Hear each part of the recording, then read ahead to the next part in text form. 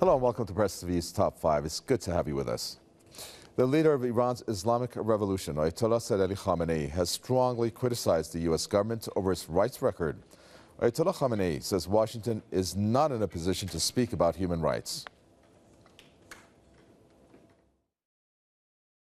ما مدعی نظام ایالات متحده آمریکا و دولت‌های بسیاری از دولت‌های غربی هستیم به خاطر نقض حقوق بشری که اونها انجام میدن.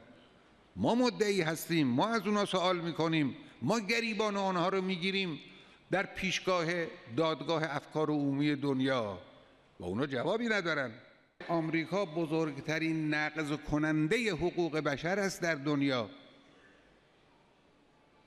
نه دیروز، همین امروز، همین حالا هر کسی دیگه ای درباره حقوق بشر حرف بزنه، آمریکایی‌ها حق ندارن درباره حقوق بشر حرف بزنن.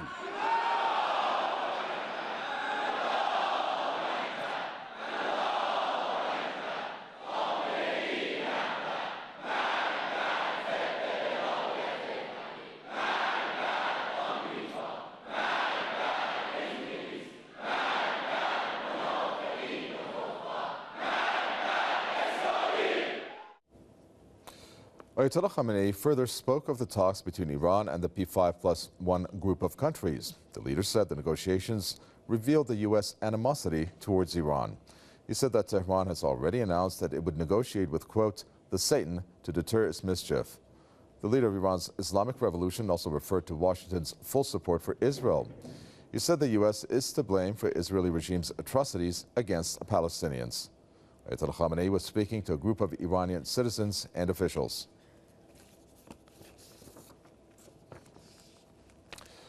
Well, let's bring in Press TV's newsroom director Hamid Reza Emadi, who joins us here in the studios to find out what he thinks about the statements made there by Iran's leader. Well, Hamid Reza Emadi, criticism leveled against the U.S. by Iran's leader. Tell us your reaction to some of the criticism made there. Well, there is a long list of gross human rights violations committed by the United States. You just name it, Guantanamo Bay, the prison which is there for many years, more than a decade, and Barack Obama in 2008 and 2009 said that he will shut it down, and the Guantanamo Bay prison is still running. The invasion of Iraq and Afghanistan, 1 million Iraqis were killed in the war, which was launched in 2003.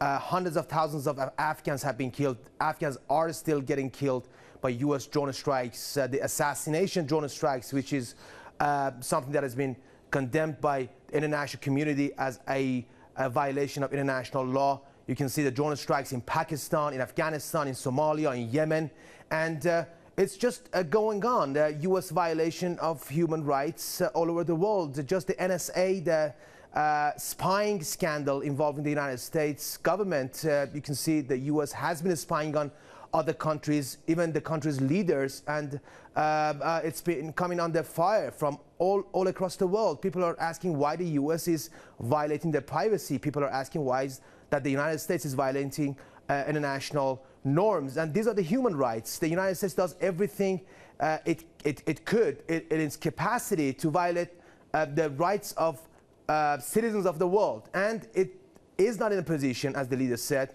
to criticize other countries of human rights violations. To a degree, all the countries in the world, they violate human rights, but the United States is the biggest violator of human rights in the world. Exactly. Of course, there's a laundry list that there is against the United States, the different violations, which is opposite to what they've preached. But at the same time, we're looking at what is going on regarding this nuclear deal. Do you think there's significance in the timing of the statements made by Iran's leader? Yes. Today, Abbas Araghchi of Iran and Helga Schmidt of European Union, they held talks about the nuclear deal that was struck in Geneva on November 24th, and they are trying to figure out how they can implement that groundbreaking deal. Over the course of the past month or so, the United States has been, there have been a lot of different reactions coming out of the United States. A congressman just a couple of nights back said that Iran has to be bombed, the Iranian nuclear installations will have to be bombed.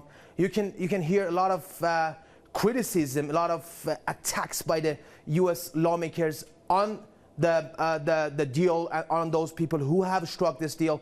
And the White House has said a lot of negative things about the deal itself. So when we are looking at the deal, and when you look at the pressure that is being mounted on Iran over this deal, Iran says we're not going to cave in, we're not going to give up.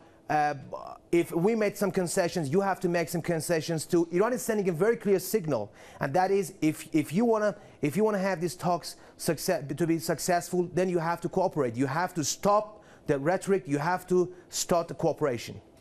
Very well, let's leave it there. Thank you very much for that. Press TV Newsroom Director Hamid Reza Ahmadi there talking to us in the studios. Thank you.